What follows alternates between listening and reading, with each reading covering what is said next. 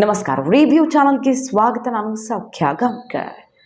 ಬಹುಕೋಟಿ ರಾಮ ಭಕ್ತರಿಗೆ ತಮ್ಮ ಕಣ್ಣುಗಳನ್ನು ತಾವೇ ನಂಬೋದಿಕ್ಕಾಗ್ತಿಲ್ಲ, ಇವತ್ತು ಆ ದಿನ ಬಂದೇ ಬಿಡ್ತಲ್ಲ ಅಂತ। ಅದೆಷ್ಟೋ ಶತಮಾನಗಳ ಕನಸು ನನಸಾಗಿರುವ ದಿನ।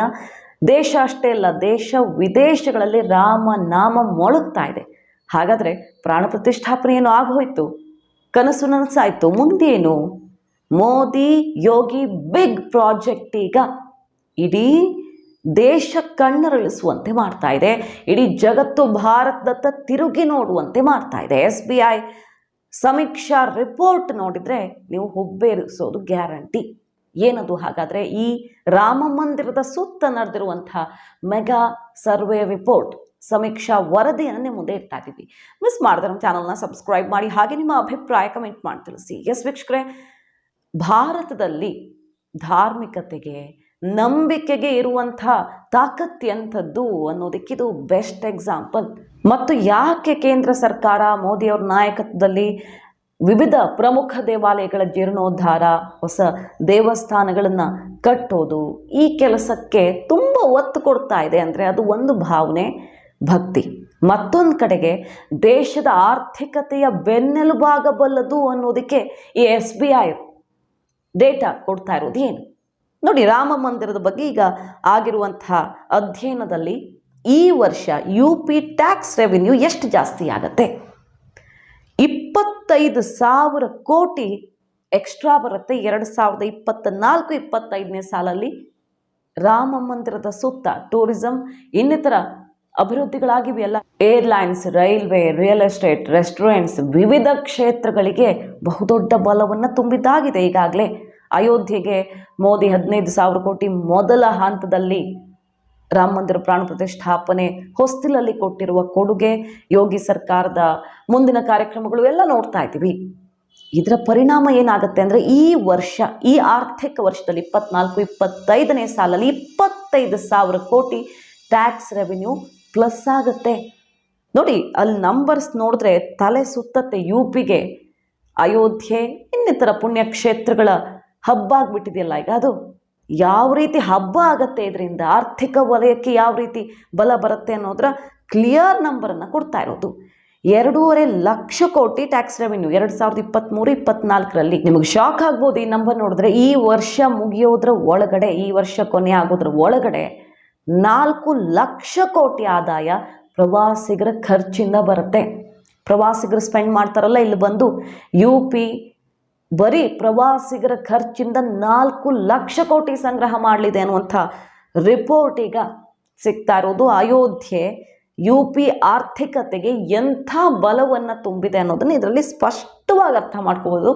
4 ಲಕ್ಷ ಕೋಟಿ ಅಂದರೆ ಯಾವುದೇ ಒಂದು ದೊಡ್ಡ ರಾಜ್ಯದ ಬಜೆಟ್, ಅದಕ್ಕೂ ಮಿಗಿಲಾದಂಥ ಅಮೌಂಟ್ ಇಲ್ಲಿಂದ ಬರುತ್ತೆ। ಕಾಶಿ ಕಾರಿಡಾರ್, ವಿವಿಧ ಪ್ರಮುಖ ದೇವಸ್ಥಾನಗಳ ಜೀರ್ಣೋದ್ಧಾರ, ಈಗಾಗಲೇ UPಯಲ್ಲಿ ಟೂರಿಸಂಗೆ ಅತಿ ದೊಡ್ಡ ಬಲ ಕೊಟ್ಟಿದೆ। ಈಗ ಅಯೋಧ್ಯ ಸೇರಿಕೊಂಡಿರೋದು ಆ ಸಾಲಿಗೆ ನೋಡಿ।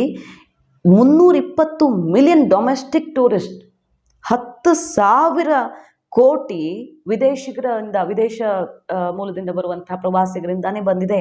2.2 ಲಕ್ಷ ಕೋಟಿ ಡೊಮೆಸ್ಟಿಕ್ ಅಂದರೆ ಸ್ಥಳೀಯವಾಗಿರುವಂಥ ಪ್ರವಾಸಿಗರಿಂದ ಬಂದಿದೆ।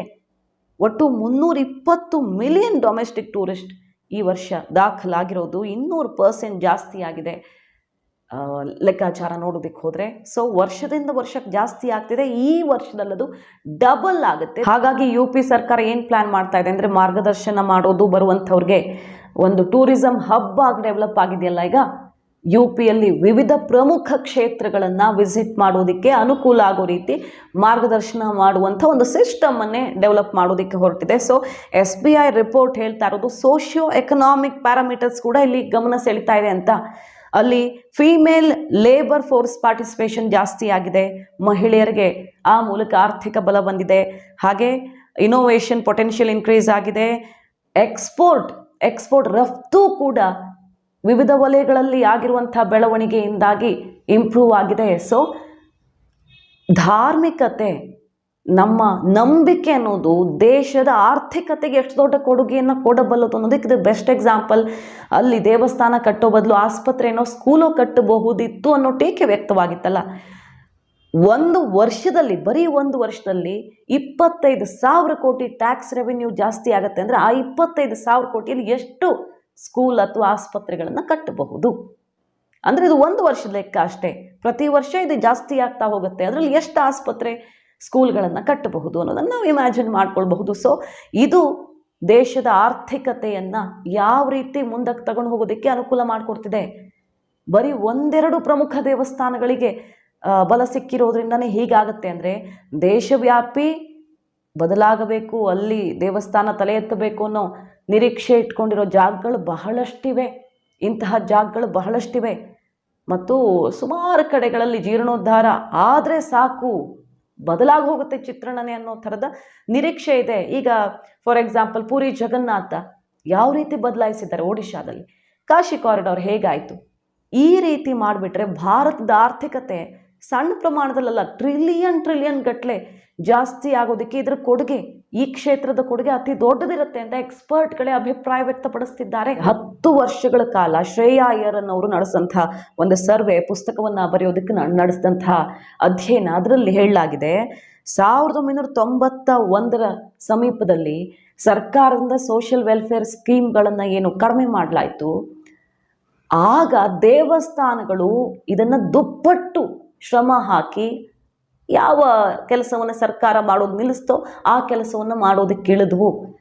ಜನಸಾಮಾನ್ಯರ ಅಭಿವೃದ್ಧಿಗೆ ದೇವಸ್ಥಾನಗಳ ಕೊಡುಗೆ, ಅವ್ರು ಕೊಟ್ಟಿರುವಂತಹ ಸೇವೆ ಅತಿ ದೊಡ್ಡದಿದೆ ಅನ್ನೋದನ್ನು ಈ ರಿಪೋರ್ಟ್ ಹೇಳುತ್ತೆ. ಮೊಘಲರ ದಾಳಿ ಆಗ್ತಿತ್ತಲ್ಲ, ಯಾವ ಟೈಮಲ್ಲಿ ಆಗ್ತಿತ್ತು ಅಂದರೆ ಬರಗಾಲದಿಂದ ಕಷ್ಟ ಎದುರಾದಾಗ ದೇವಸ್ಥಾನಗಳ ಮೇಲೆ ದಾಳಿ ಮಾಡ್ತಿದ್ರು. ಯಾಕಂದರೆ ಸಂಪತ್ತಿನ ಮೇಲೆ ಕಣ್ಣಿಟ್ಟು. ಇಂಟರ್ನ್ಯಾಷನಲ್ ಸರ್ವೆ, ಬೇರೆ ಬೇರೆ ದೇಶಗಳಲ್ಲಿ ನಡೆದಂತಹ ಸರ್ವೆ ಕೂಡ ಅದನ್ನೇ ಹೇಳ್ತಾ ಇದೆ. ನೋಡಿ, 2003ರಲ್ಲಿ ರಾಬರ್ಟ್ ಬ್ಯಾರೋ ಅನ್ನೋರು ಒಂದು ಸರ್ವೆ ಮಾಡಿರ್ತಾರೆ. ಅದ್ರ ಪ್ರಕಾರ ಯಾವುದೇ ದೇಶದ ಆರ್ಥಿಕತೆಗೆ ಆ ದೇಶದ ಧಾರ್ಮಿಕ ನಂಬಿಕೆ ಸರಿಯಾದ ದಾರಿಯಲ್ಲಿ ಹೋದರೆ ದೊಡ್ಡ ಕೊಡುಗೆಯನ್ನು ಕೊಡಬಲ್ಲದು ಅಂತ ಹೇಳ್ತಾ ಇದೆ. ಅದೇ ಇವತ್ತು ಅಯೋಧ್ಯೆಯ ಸುತ್ತ ಆಗ್ತಾ ಇರೋದು.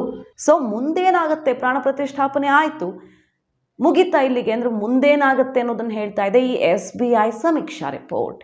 ಮಾಹಿತಿ ನಿಮ್ಗೆ ಇಷ್ಟ ಆಗಿದ್ರೆ ಮಿಸ್ ಮಾಡಿದ್ರೆ ನಮ್ಮ ಚಾನಲ್ನ ಸಬ್ಸ್ಕ್ರೈಬ್ ಮಾಡಿ, ಹಾಗೆ ನಿಮ್ಮ ಅಭಿಪ್ರಾಯ ಕಮೆಂಟ್ ಮಾಡಿ ತಿಳಿಸಿ. Thank you.